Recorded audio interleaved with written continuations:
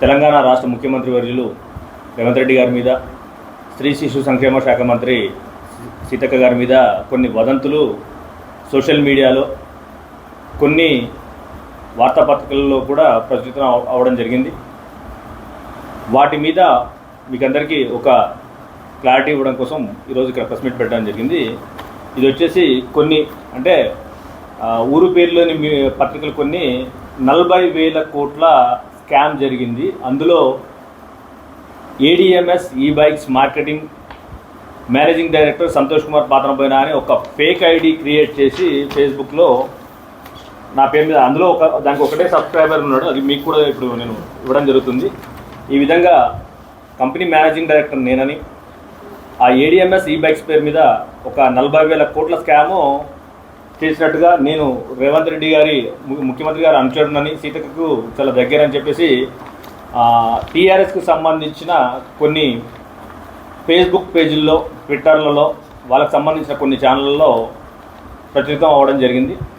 ఇందులో first conclusion ఏంటంటే, ADMS ఈబైక్స్ అనేది, అందులో నేను ఒక డీలర్ని మాత్రమే, తెలంగాణకు సంబంధించి నల్గొండ, ఖమ్మం, మహబూబ్నగర్కి సంబంధించి నేను ఒక డీలర్ని మాత్రమే.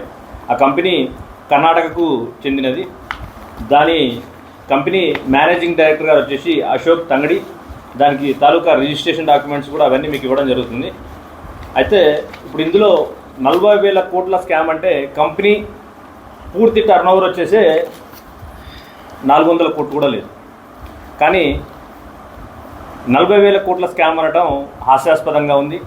ఈ కంపెనీకి వచ్చేసి తెలంగాణ వ్యాప్తంగా 150 షోరూమ్లు ఉన్నాయి. ప్రస్తుతానికి మన తెలంగాణలోనే ఆల్ ఓవర్ ఇండియాలో 1,500 షోరూమ్లు రన్ అవుతున్నాయి. మనం ఒక తెలంగాణలోనే 50,000 వెహికల్స్ మనం అంటే యాడమ్స్ ఈ బైక్స్ అనేది అమ్మడం జరిగింది. దీన్ని కొంతమంది దుష్ప్రచారం చేస్తూ ప్రభుత్వాన్ని అప్రతిష్ట పాలు చేయడం కోసం టీఆర్ఎస్ ఫేక్ సోషల్ మీడియా దీని అనేది బయటికి తీసుకురావడం జరిగింది. అదేవిధంగా ఇటువంటి వాటి మీద ఆల్రెడీ కంపెనీ తరపు నుంచి కూడా లీగల్ నోటీస్ పంపించడం జరిగింది. ప్రతి ఒక్కరికి కూడా ఎవరెవరైతే ఇవి ఫార్వర్డ్ చేస్తున్నారో ఫార్వర్డ్ చేసే వాళ్ళకి